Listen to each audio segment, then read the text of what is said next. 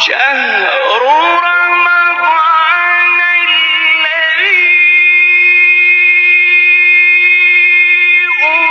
أنزل فيه القرآن هدى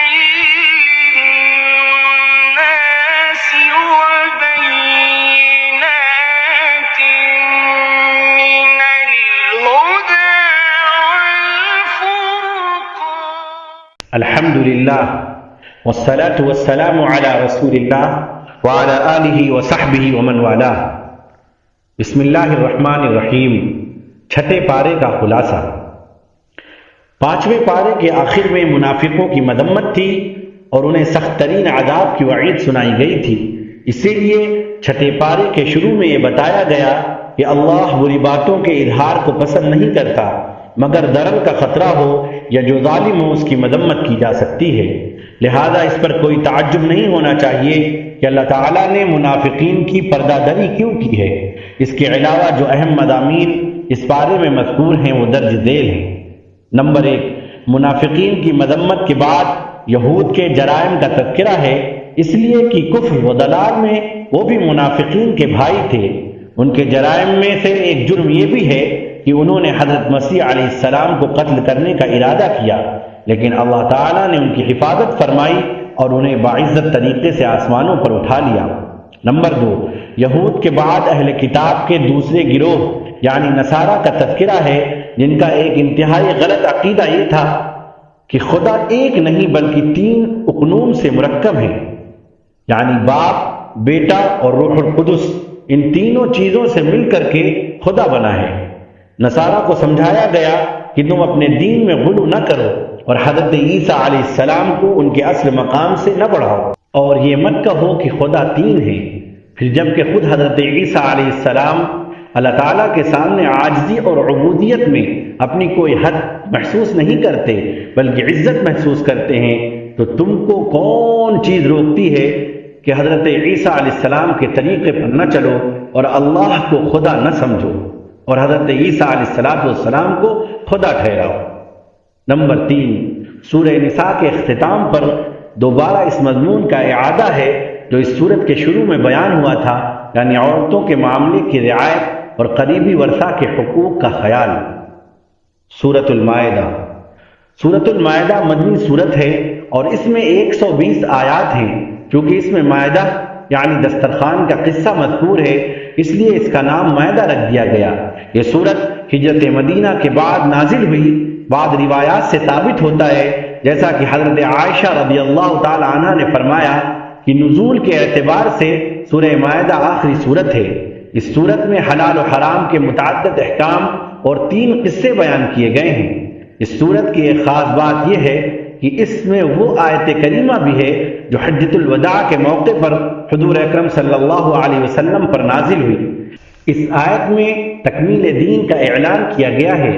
یہ وہ آیت ہے جس کے بارے میں ایک یہودی نے حضرت عمر رضی اللہ تعالی عنہ سے کہا تھا کہ اے امیر المومنین، اگر یہ آیت ہمارے اوپر نازل ہوتی تو ہم اس دن کو یوم عید قرار دے دیتے. آپ نے جواب میں فرمایا، میں اس دن کو بھی جانتا ہوں اور اس گھڑی کو بھی جانتا ہوں جب رسول اللہ صلی اللہ علیہ وسلم پر یہ آیت نازل ہوئی. وہ عرفہ کی شام اور جمعے کا دن تھا، گویا ہماری اس دن 2 عیدیں تھیں. اس سورت کا جو حصہ چھٹے پارے میں آیا ہے اس میں جو اہم مضامین بیان ہوئے ہیں وہ درج ذیل ہیں. نمبر 1، سورت کی ابتدا میں اہل ایمان کو ہر جائز عہد اور عقد کو پورا کرنے کا حکم دیا گیا ہے، خواہ وہ عہد و عقد انسان اور رب کے درمیان ہو یا انسان اور دوسرے انسان کے درمیان ہو. گویا یہ آیت ان احکام کو بھی شامل ہے جو اللہ تعالیٰ نے بندوں پر فرض کیے ہیں اور بیع، شراء، شرکت، اجارہ، نکاح اور قسم جیسے تمام عقود کو بھی شامل ہے. اور اس سے یہ بھی ظاہر ہوتا ہے کہ اسلام نے عقود اور عہود کو کتنی اہمیت دی ہے، یعنی معاملات اور وعدہ وفا کرنے کو اسلام نے کتنی اہمیت دی ہے. نمبر 2، کھانے پینے کی بہت ساری ایسی چیزوں کی حرمت کا اعلان کیا گیا ہے جنہیں زمانے جاہلیت میں حلال سمجھا جاتا تھا، کیونکہ ان چیزوں کے کھانے میں صحت و جسم کا نقصان اور فکر و نظر اور دین و اخلاق کا بھی نقصان ہے۔ مثلا مردار، بہنے والا خون، خنزیر کا گوشت اور جانور جسے غیر اللہ کے نام پر ذبح کیا جائے، البتہ اضطرار کی صورت میں جبکہ جان کو خطرہ لاحق ہو، ان کا کھانا جائز ہے۔ ان نجس چیزوں کے علاوہ باقی طیبات اور پاکیزہ چیزوں کو حلال قرار دیا گیا۔ نمبر 3، حلال اور حرام کے بیان کے بعد اللہ تعالیٰ نے مسلمانوں پر اپنے اس فضل و انعام کا ذکر کیا ہے کہ اللہ تعالیٰ نے انہیں وضو اور غسل کے ذریعے ظاہر و باطن کے اعتبار سے پاک کیا ہے تاکہ وہ روحانی طور پر اللہ کے ساتھ مناجات کے لیے تیار ہو سکے۔ بندوں پر اللہ تعالیٰ کے فضل و احسان میں سے ایک یہ بھی ہے کہ پانی کے استعمال کی قدرت نہ ہونے کی صورت میں تیمم کی اجازت دی گئی ہے، کیونکہ اسلامی شریعت آسان شریعت ہے، اس میں قدم قدم پر بندوں کی مجبوریوں کا لحاظ رکھا گیا ہے۔ چنانچہ اس پارے کے 6 رکوع میں فرمایا گیا، اللہ تعالیٰ تم پر تنگی نہیں کرنا چاہتا بلکہ وہ چاہتا ہے کہ تمہیں پاک کر دے اور تمہارے اوپر اپنا احسان پورا کر دے تاکہ تم شکر کرنے والے بن جاؤ۔ نمبر 4، اس پارے کے 7ویں رکوع میں یہود کی بزدلی، ان کے فتنہ و فساد، سرکشی اور تکبر کا بیان ہے، اور ان اوصاف کے بیان کرنے کا یہ مقصد ہے کہ مسلمان اپنے آپ کو ان خرابیوں میں مبتلا ہونے سے بچا کر رکھیں۔ یہود کے ساتھ ساتھ نصارہ کے احوال بھی بتلائے گئے ہیں، ان سے بھی اللہ کے حکموں پر قائم رہنے کا وعدہ لیا گیا تھا، لیکن انہوں نے اللہ کے عہد کو توڑ دیا، جس کی وجہ سے اللہ تعالیٰ نے ان کے دلوں میں بغض و عداوت ڈال دی۔ باوجود ہے کہ یہ دونوں گروہ بہت ساری اعتقادی، عملی اور اخلاقی خرابیوں میں مبتلا تھے، پھر بھی یہ دعویٰ کرتے تھے کہ ہم اللہ تعالیٰ کے بیٹے اور اس کے محبوب ہیں۔ اس دعوے کی تردید کرتے ہوئے فرمایا گیا کہ اگر واقعی تم اللہ تعالیٰ کے محبوب ہو تو وہ تمہیں تمہارے گناہ کی سزا کیوں دیتا ہے؟ اس مذمت اور تردید کے بعد انہیں دین حق اور خاتم الانبیاء علیہ السلام کے اوپر ایمان لانے کی دعوت دی گئی۔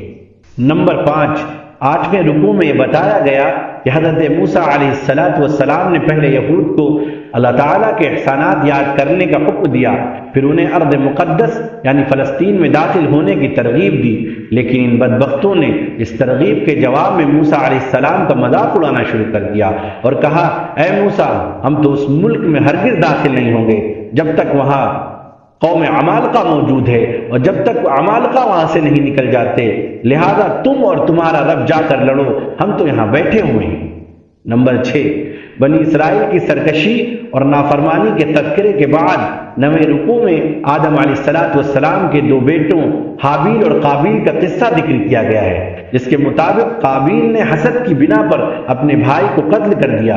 یہی حسد یہودیوں کے اندر بھی پایا جاتا تھا، جس کی وجہ سے انہوں نے خاتم الانبیاء علیہ السلام کی رسالت کا انکار کیا۔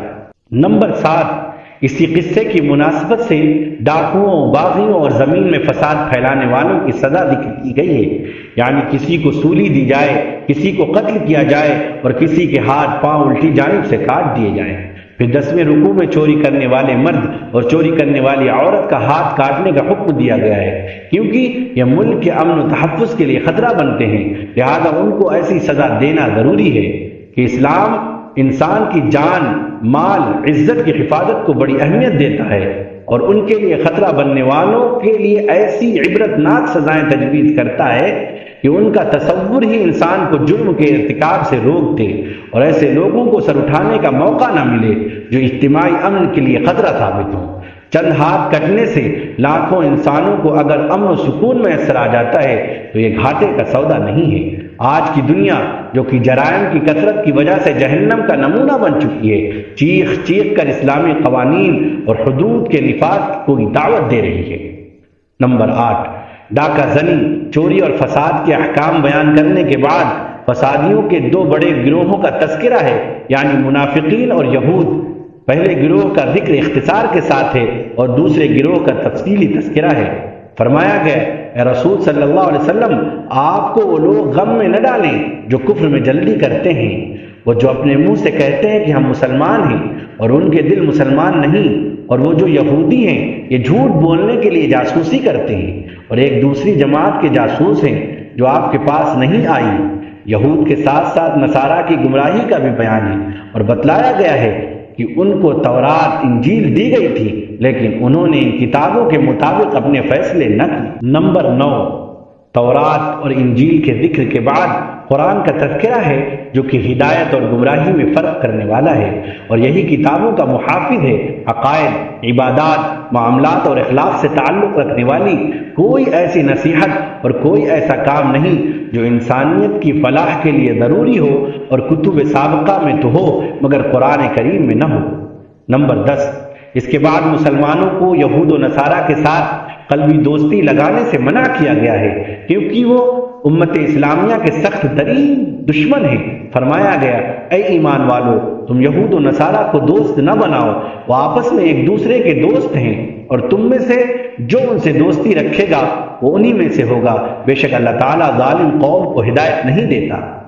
قرآن کریم کی صداقت کا زندہ معجزہ ہم اپنی آنکھوں سے دیکھ رہے ہیں کہ آپس کے شدید مذہبی اور سیاسی اختلافات کے باوجود یہود و نصارہ مسلمانوں کے مقابلے میں متحد ہیں۔ تعجب تو اس بات پر ہے کہ عالم اسلام کے حکمراں قرآن حکیم کی واضح ہدایت کے باوجود یہود و نصارہ سے پینگے بڑھاتے ہیں اور ان کے اشاروں پر بنیاد پرست مسلمانوں پر ظلم و ستم کے پہاڑ ڈھاتے ہیں۔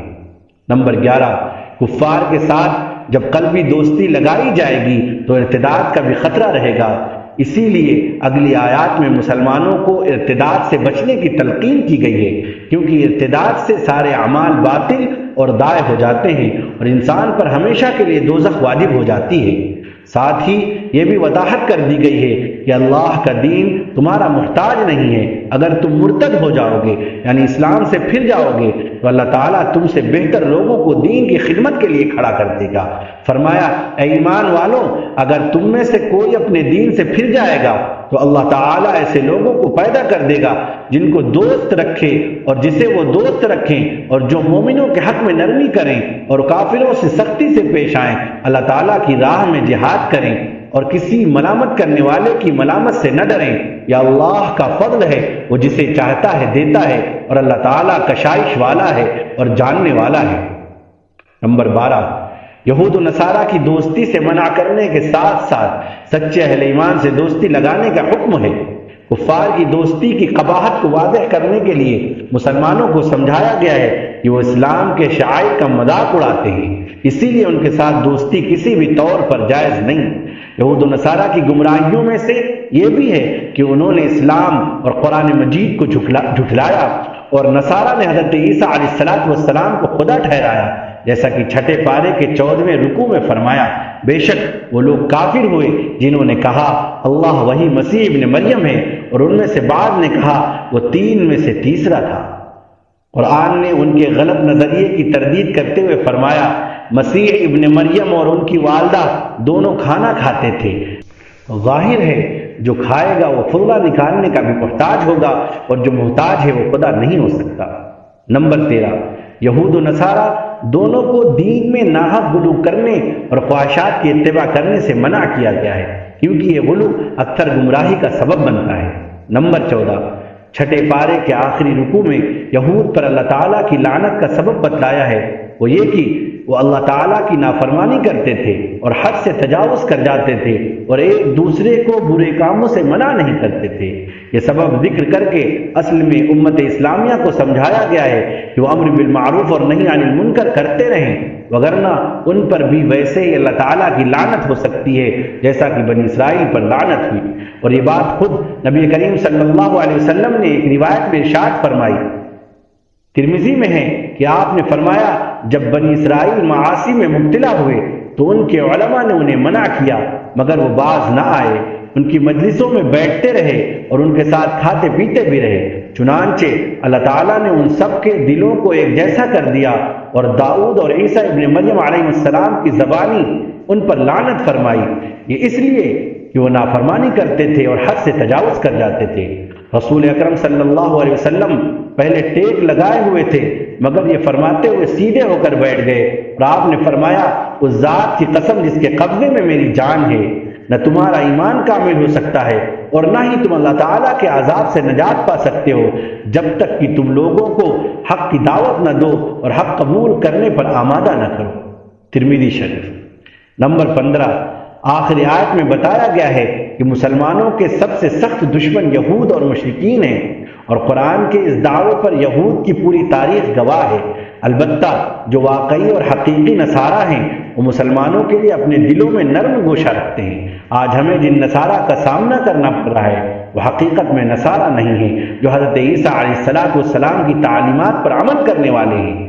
ان کی اکثریت تو فکر و عمل کے اعتبار سے یہود کے رنگ میں رنگی ہوئی ہے۔ بے شمار ایسے ہیں جو ملحد اور بے دین ہیں، صرف نام کے عیسائی ہیں، باقی جو بچتے ہیں وہ مسخ شدہ عیسائیت پر عمل پیرا ہیں۔